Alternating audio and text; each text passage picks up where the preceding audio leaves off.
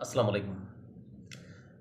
আজকে আমরা যে বিষয়টা আলোচনা করব, এই যে বাংলাদেশের ভিতরে যে তালেবানি যে সমস্ত নেতারা ঘুরপাক খাচ্ছে বা ঘোরাঘুরি করছে, এই বিষয়টা সম্পর্কে আমরা একটু আলোচনা করব।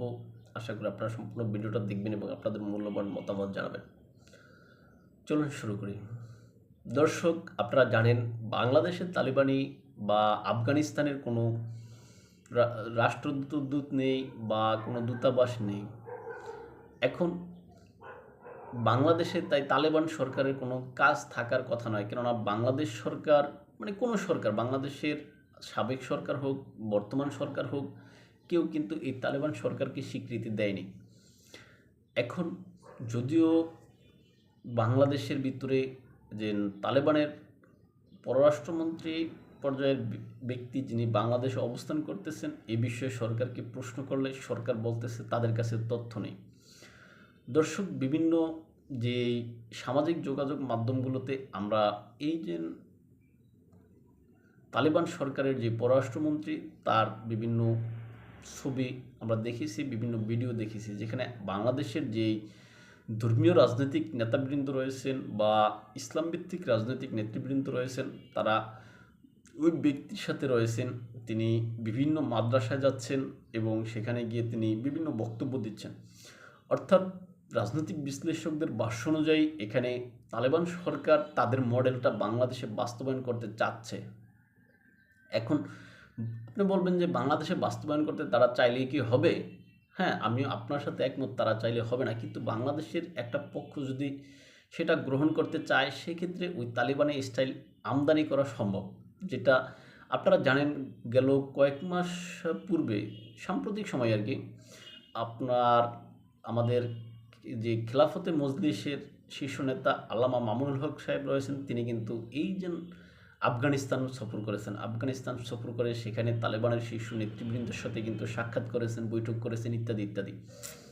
এখন সেখানে গিয়ে তারা কি আলোচনা করেছেন সেটা আমরা জানি না, তবে তিনি বাংলাদেশে এসে যে ভাষণ বা যে বক্তব্য দিয়েছেন, সেখানে তিনি এই যে তালেবানের তালেবান সরকারের সাথে সম্পর্ক স্বাভাবিক করার জন্য সরকারকে একটা চাপ দিয়েছেন, এটা আমরা জানি। এখন বাংলাদেশ সরকার হয়তো সেটা মেনে নেয়নি বা নিতে চায়নি বা প্রক্রিয়াধীন করে রেখেছে। এখন এরই ভিতরে সেই তালেবানের শীর্ষ নেতৃত্ব পর্যায়ের বা পররাষ্ট্রমন্ত্রীর বিষয় পর্যায়ের কোনো ব্যক্তি বাংলাদেশে আসলেন। এখন দর্শক, এটা তো অবাক হওয়ার কিছু নাই বলে আমি মনে করি, কেননা আপনারা জানেন বাংলাদেশের ভিতরে একটা অংশ সবসময় স্লোগানও দিত, যেন আমরা হব তালেবান, বাংলা হবে আফগান, ইত্যাদি ইত্যাদি স্লোগান কিন্তু দিত। এখন সেই ব্যক্তিরা হয়তো এখন তালেবান স্টাইলে রাষ্ট্র চালাইতে চাবে বা তালেবান স্টাইলে রাষ্ট্র চলবে, এটা চাইতেই পারে। এখন সেই ক্ষেত্রে রাষ্ট্র কী করবে? আমাদের যে যে সকল ধর্মের, সকল বর্ণের, সকল নাগরিকের যে রাষ্ট্র ব্যবস্থা, যেভাবে এখানে একদিকে কি বলে যেন বাউল গান গায়, অন্যদিকে আপনার যারা বিভিন্ন ধর্মাবলম্বী, কোনো জায়গায় মসজিদে আজান হয়, অন্য জায়গায় মন্দিরে ঘণ্টা বাজে।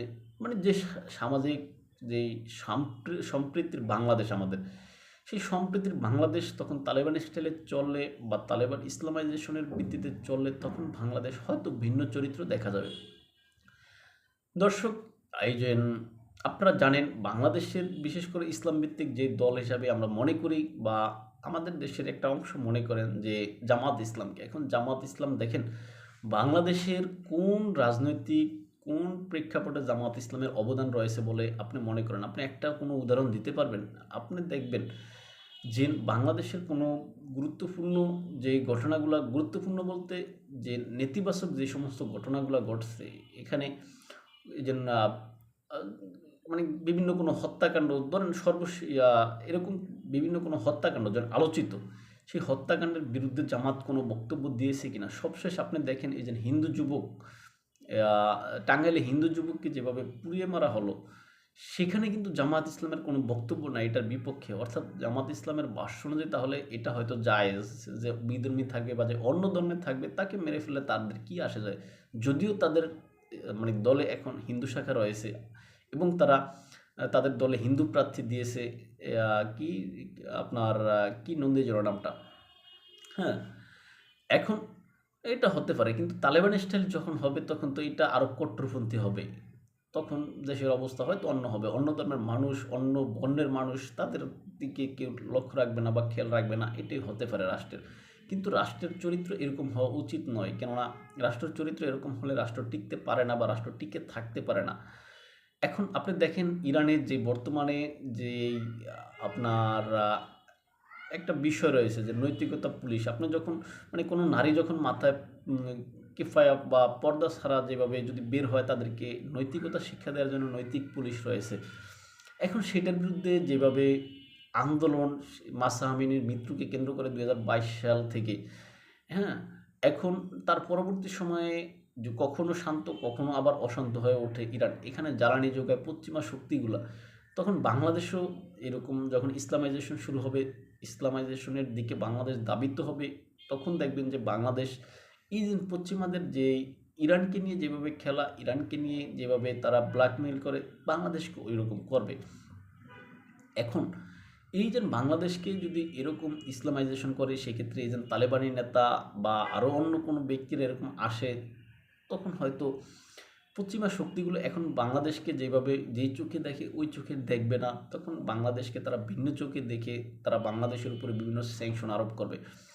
তখন দর্শক এটার দায় কিন্তু আপনি আমি আমরাই নিতে হবে, আমরা জনগণ হিসেবে। আপনি জানেন বর্তমানে আমরা মোবাইল ফোনে কথা বললে 1 মিনিট কথা বললে কত টাকা, প্রায় 3 টাকার মতো কেটে নিয়ে যায়। আমরা এয়ারটেলে যদি দেখি, গ্রামীণ ফোনে মনে হয় আরও বেশি নিচ্ছে কিনা আমার জানা নেই, সব আমি ইউজ করি না গ্রামীণ ফোন।